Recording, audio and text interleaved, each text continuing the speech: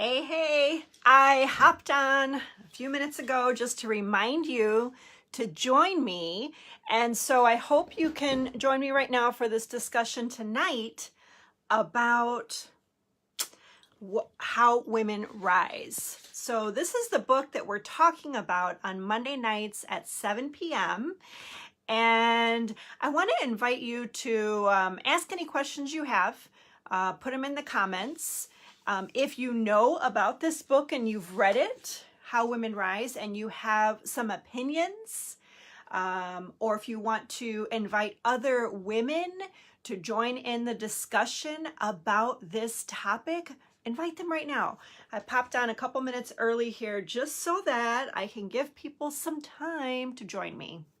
So if you're new here, my name is Princella Stringer, and I am an empowerment coach. So every video I make, every discussion I have on this group page, on this page, is all to empower women to step into their limitless potential and to believe that limitlessness that you have inside of you. And I will be covering topics that help you to be able to achieve that. One thing I want to say is that, man, I do this just as much for you as I do it for me. I have goals for myself also, to stretch myself to higher heights, things that I want to achieve. And I strongly believe that when women come together, when community comes together, that this is achievable when we work together to lift each other up. So that is my number one goal, not only to achieve the goals that I want, but my number one goal is to team women together to be able to accomplish any goals they have. So, and to do this, it takes work. We are not born knowing how to do these things. We are just not. It's a learned thing.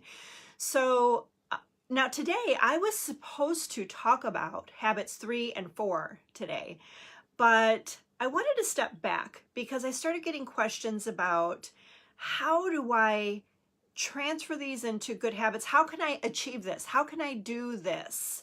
How can I fulfill this goal of, excuse me while I grab the book, this goal of habit number 1, which was the reluctance to claim your achievements. Now, this book, How Women Rise, they word the habits in here as negatives. These are the habits that stop women from getting ahead at work, getting the promotion, getting the raise that they deserve.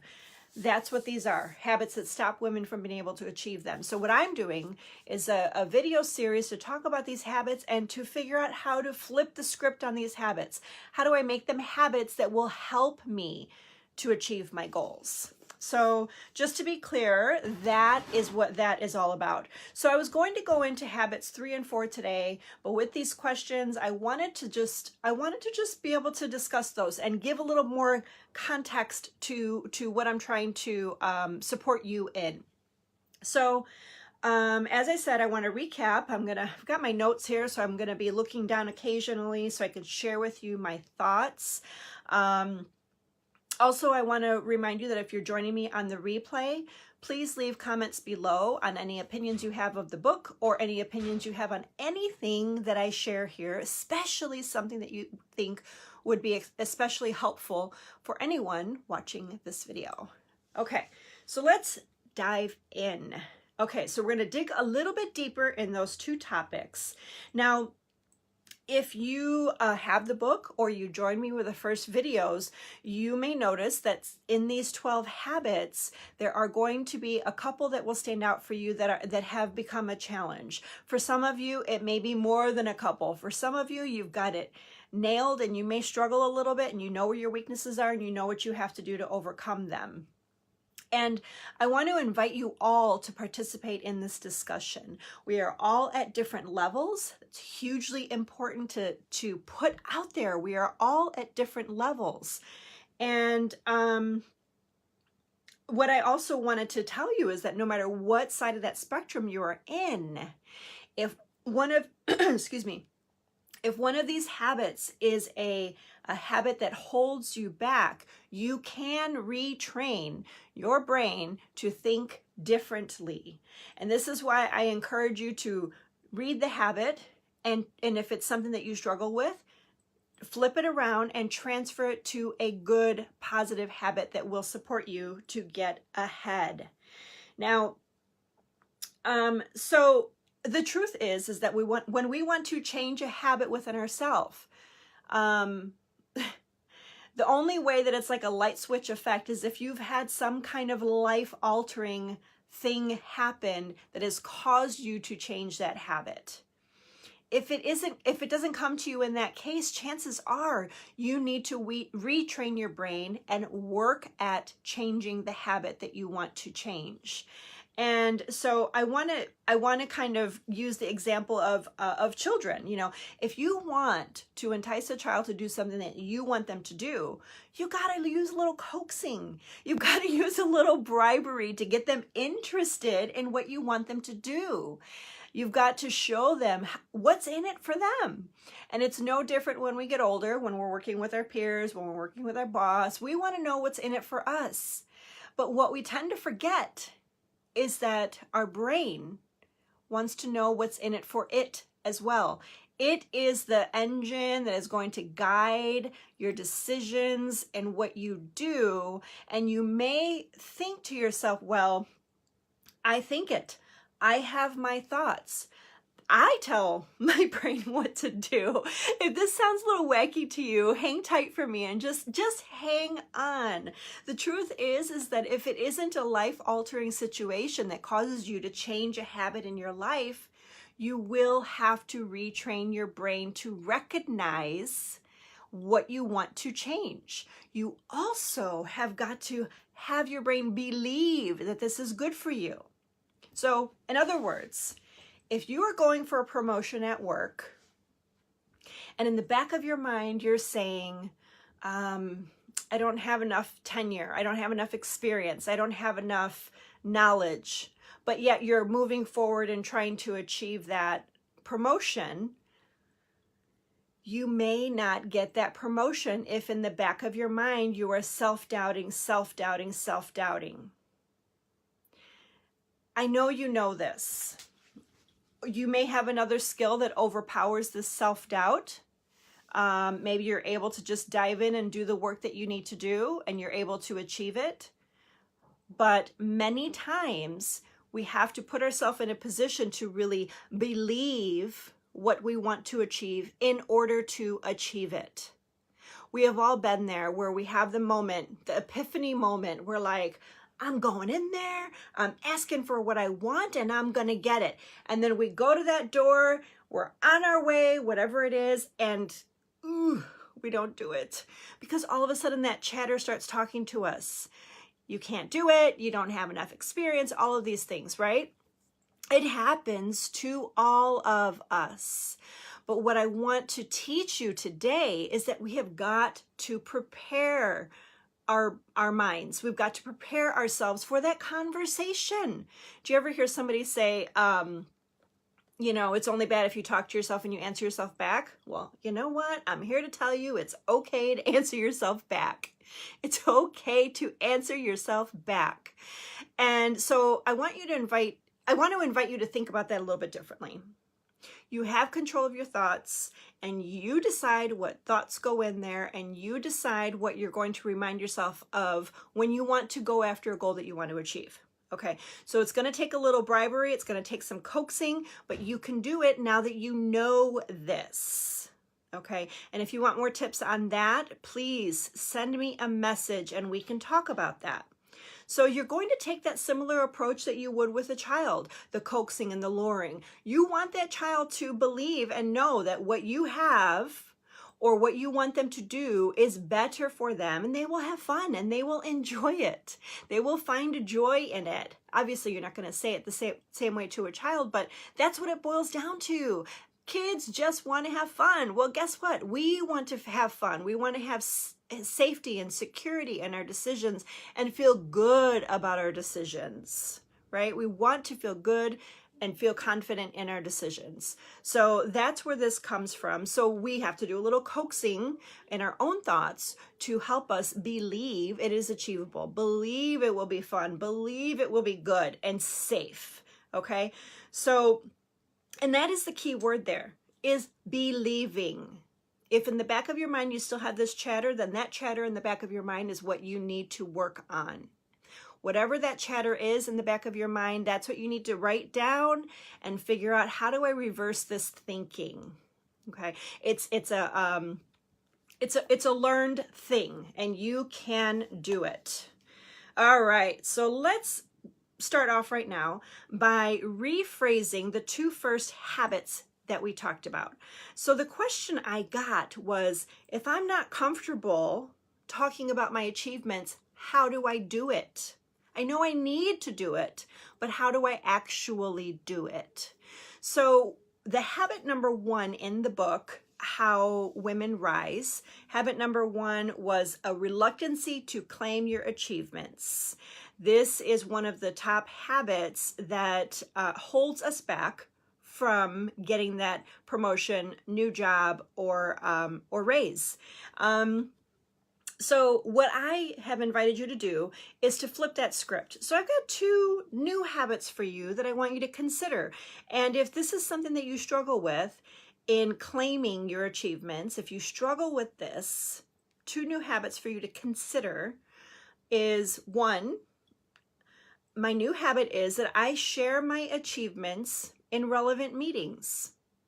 Every time we have a meeting about such and such topic, and I'm a part of that strategy, I'm a part of that project, whatever it is, I share my achievements in those meetings. Now, what I'd like to invite you to do, if this is something that you struggle with, sharing the achievements in the meetings, you're going to take time to prepare for the meetings. Now, if you're someone that is actively involved in a project, you're going to have your notes. You're going to know where you're at with the project. But what I want you to do in preparing for the meeting is, how am I going to articulate it? How am I going to make sure I get a word in? If you're challenged by getting the words in the meeting because maybe there are some dominant people in there, state it from the beginning. I have something to share about such and such project. Put it in there in the beginning, or send an email before the meeting comes up, and get that communication out there. Okay, so you prepare for the meeting. Hopefully the meeting is not just one-on-one and it's departmental, where you can share it outwardly with everybody. Let it be known that you have an update. Now, if you don't have a hugely important step forward in that project, or a huge achievement in the project yet, you need to consider the update. Where am I at now? Because remembering that every step forward in a project that you're in is an achievement. It doesn't have to be, oh, I see a light at the end of the tunnel, I have achieved it. It doesn't have to be that big. It could be small as well. Small achievements are just as valuable because it is a movement forward. So do not hesitate in sharing big or small achievements. The only way, if you're struggling with this, the only way that you'll be able to do this confidently is to prepare ahead of time. Know what you want to say. There's absolutely nothing wrong with writing down verbatim what you want to say, and you just hold that piece of paper up and you read it if that's what you have to do. Start with baby steps. Our brain needs baby steps. If you're someone that has to be organized and methodical in how you say things, put bullet points. Put say first, say second. Put whatever notes you need on there to say. If you're someone that is better not reading from a piece of paper, if that makes you nervous, try to memorize it. Memorize the key points that you want to say. If you have a hard time projecting your voice when you're sharing in a meeting, practice it in your phone. Just about every phone has a memo. Leave yourself a voicemail. Practice how you will say it. Record yourself on your laptop. Practice how you will say it. This will help you feel more confident to use your voice in the meeting and speak out your achievements.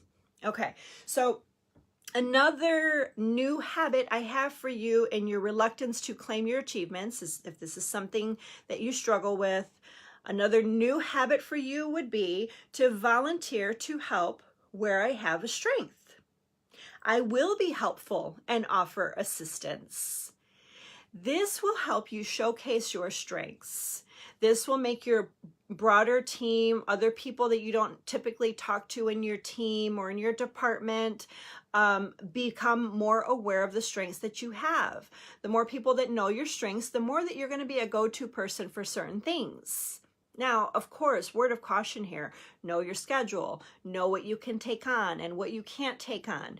And so my suggestion for you here is that if you're going to use this as a new habit to position yourself to get that job promotion or pay increase, is that your reply back may be, so say you're in a meeting and you hear someone has a project that you know you can help them with very easily.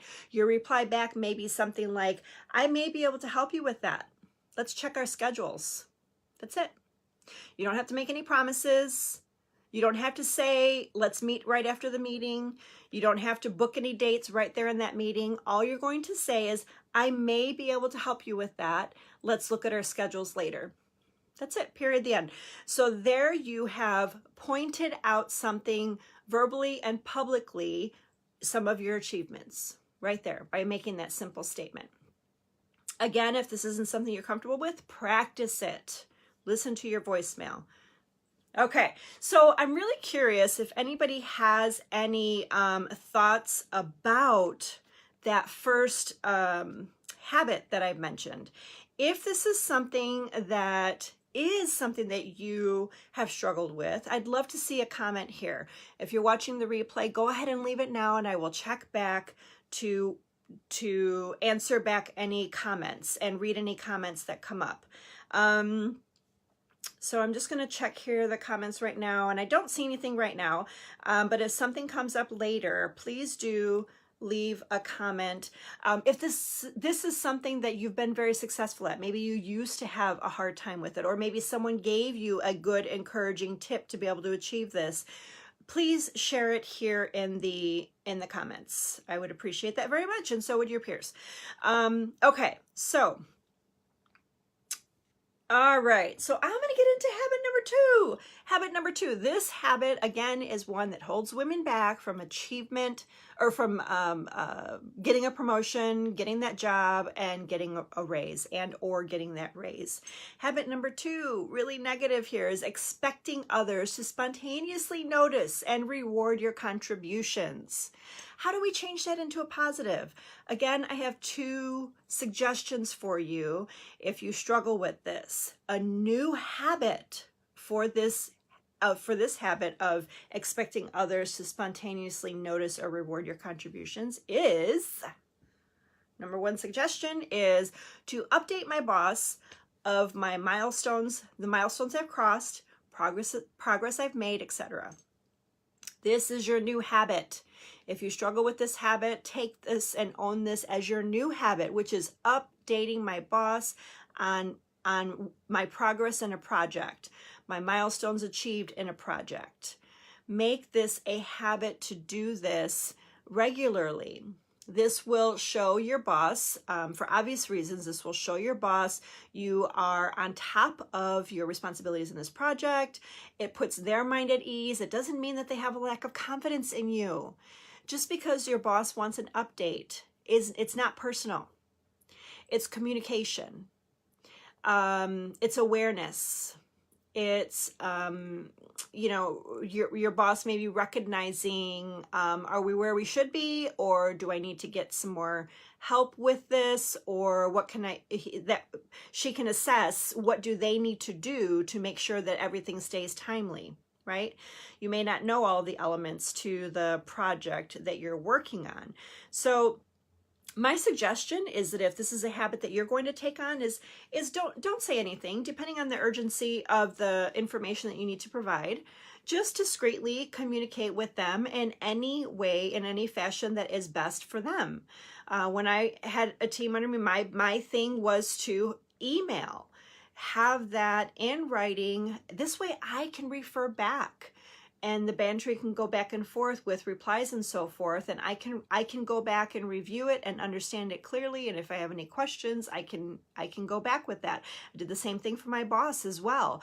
I made sure that I communicated through email and followed up verbally and say, hey, I sent you an email, because that's the way my boss was. He wanted face-to-face conversation. I felt better with an email, so I did both. Hey, I sent you that email. Let me know if you have any thoughts or questions. So in other words, don't make any promises you can't keep. Don't say, I'm going to update you daily. I'm going to update you weekly, and then you're not able to follow through with that. Put a reminder on your own calendar on what you want to do and how you want to communicate and when you want to communicate, and then send that communication out. One of the biggest mistakes is thinking that someone else sees what you are doing. And, you know, we all have our own priorities. So your boss is kind of counting on you to do your part. So show that you're doing your part by communicating and keeping it all out there. This way they know what you are doing and the communication is open. The second suggestion I have for you is that this is another habit that if you're struggling with the expectation that other people are going to spontaneously notice you or reward you for your contributions, change that habit to, every time I partner with someone on a project, I publicly recognize our team effort. So imagine what that can do, that you collaborate with someone on a big or small project, and you made a really good positive go of it. You got it done quicker, you got it done better, whatever the circumstance is, and you communicate that with the rest of the team. You communicate that with your boss or their boss. Maybe they're in a different department. What does that say about you as an employee and as a leader, potential leader in the company? If you're already a leader, even a higher level leader, what does that say about you when you can partner with that? And that's a habit that you form.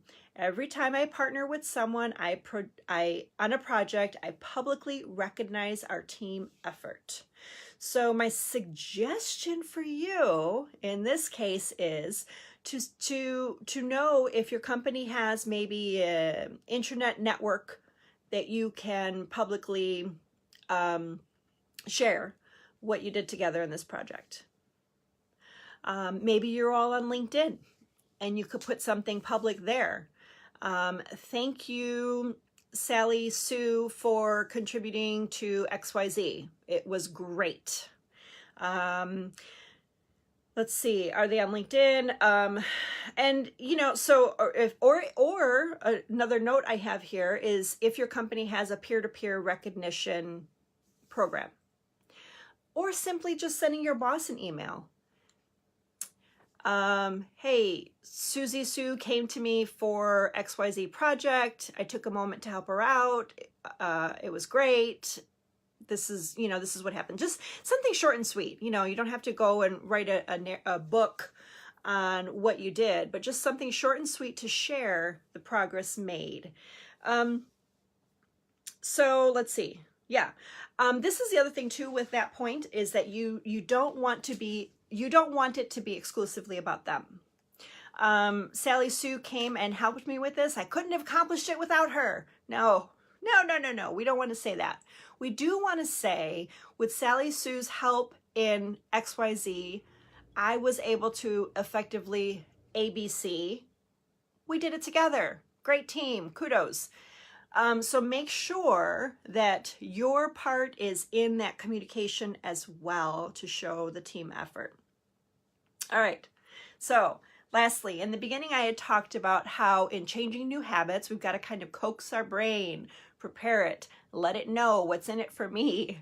Can I feel safe? Can I feel good in this change? You know, so the last thing I want to remind you of is that the best way to help a new habit to stick is to really know the reason that you want to change this habit.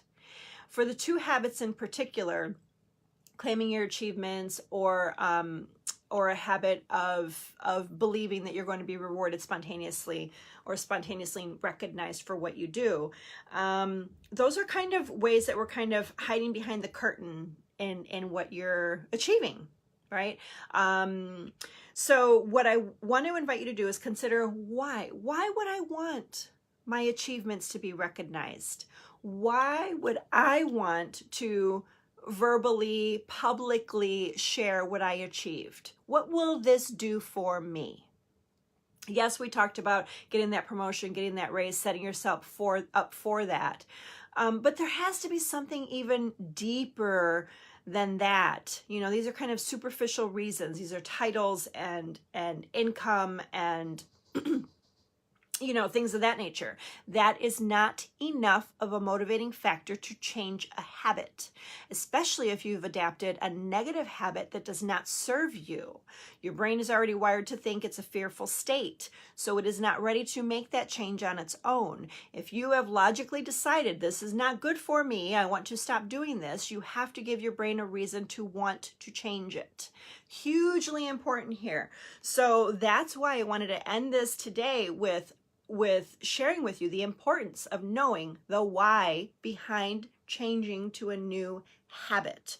So a couple of reasons I jotted down here that maybe you want to change this habit. You want to have maybe more notable achievements that you can list on your resume. Maybe you're not looking for a job right now, but you want to keep that resume updated. You notice that you haven't participated in enough projects that really solidify your expertise in a certain experience or knowledge level that you have, that you love, that you want to improve, and you want some more meat and substance to this, and you want to be able to list it on your resume. This is a very good reason. So this will keep your eyes open to seeking those types of projects that you can list on your resume. Maybe another reason is that you do want to be recognized for promotion. You know that so-and-so is retiring next year, so you want to be in line. You want to be recognized for that position. What do I need to do to position myself to be looked at or to be taken seriously when I put my name in the hat? Maybe you just simply want to be a part of the unification that can happen in your area, in your department, in the company. You want to be a part of unifying people to work collaboratively. Maybe they're already strong teams and you want to integrate yourself stronger within the teams that work really well together. Maybe there isn't very much unity in the organization that you're in, and you want to entice people to work together better. And so maybe that is your goal. That's an excellent way to position yourself for a promotion or a raise when that time comes. So those are the tips that I have for you in these two particular habits. Again, you're going to want to train your brain and consider, how is this going to be good for me and safe for me and work really well for me? Recognizing these things is really important. If you have a journal, write that down. If you don't have a journal, want to just grab a piece of paper and write down your why, the reason that you want to work on these two habits and form new habits, and have that be a part of your weekly goals. To integrate these new habits into your life and to consider how you can adapt these new habits into your pattern, into your way of operating every day. So I hope you found this helpful. If you have any comments or you have any experience in one of these elements that I just shared with you, I'd love to hear what you did. What was the turning point for you? What was a key phrase you used to help yourself believe that this was possible and achievable and something that you want for yourself? What did you do to take that step in showing your achievements, talking about your achievements, or putting yourself out there to be recognized for the good deeds that you were doing at work? So leave a comment. Let me know what you think. Join me at Princella Stringer Coaching on Facebook. You can also find me on LinkedIn at Princella Stringer, and join me there and pop in for the discussion. So have a great night, and we'll talk to you next week where we talk about habits 3 and 4. You can also find these videos in YouTube in a playlist for this book, How Women Rise. So see you next time. Bye.